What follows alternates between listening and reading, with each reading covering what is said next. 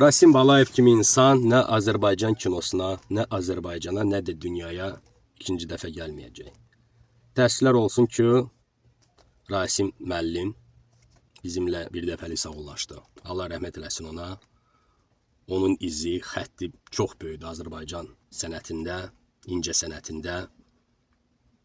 Çox mərd insan idi, əsir kişi idi, yaxşı tanıyırdım onu.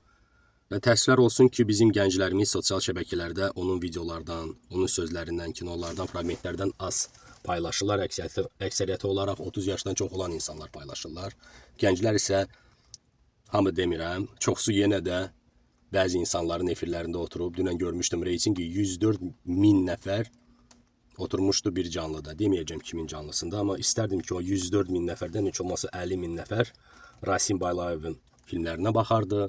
Onun filmlərindən hissələri bölüşərdi və Rasim Balayevdən çox şeyləri öyrənərdi. İnşallah da belə olar. Amma təəssüflər olsun ki, ikinci dəfə bu dünyaya Rasim Balayev gəlməyəcək. Allah rəhmət eləsin.